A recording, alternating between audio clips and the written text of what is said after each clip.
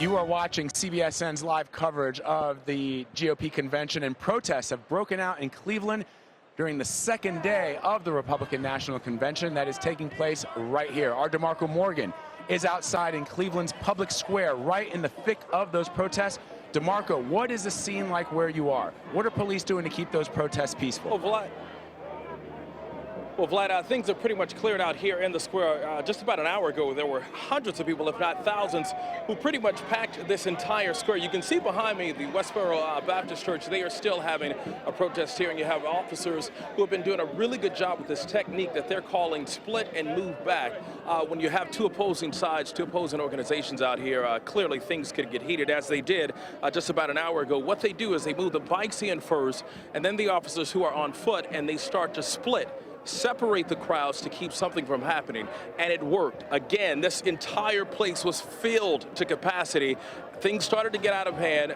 They cleared up, but now we have the Westboro Church who's on the other side. We're trying to stay away from some of those signs that could be offensive to some of our viewers. But they are here. They're trying to clear things up, trying to keep things under control. Again, you had to sign up just to even be in this park if you were an organization. 30 minutes, you just heard them say move back. This is, again, a technique that they're using, and it appears to be working. What they do, again, is they split. When the crowds start to get thick, they start to split apart, and the crowd is forced to move back, and it has worked. We've covered a number of demonstrations for the past couple of days here, and it has been working. Again, things were starting to get a bit heated earlier. They were expecting to make and predicting to make at least 1,000 arrests per day. So far, that hasn't been the case. There haven't been a number of arrests, and one that we could report to you, she was arrested because of a warrant. But you see a little tension right now. Officers are moving in that direction here. You have some of the bikes, the bikers who are coming down, officers again about to do this split and move technique.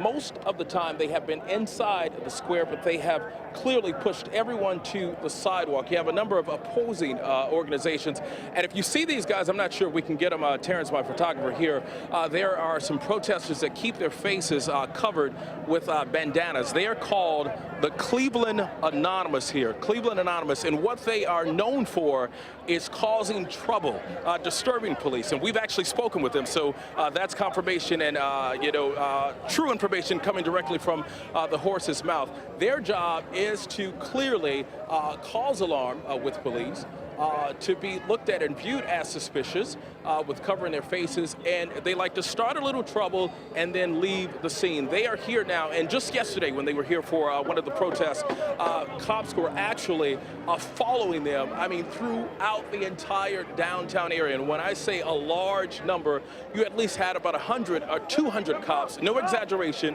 who were calling them. But again, watch this technique. At some point, you're going to hear them say, move back.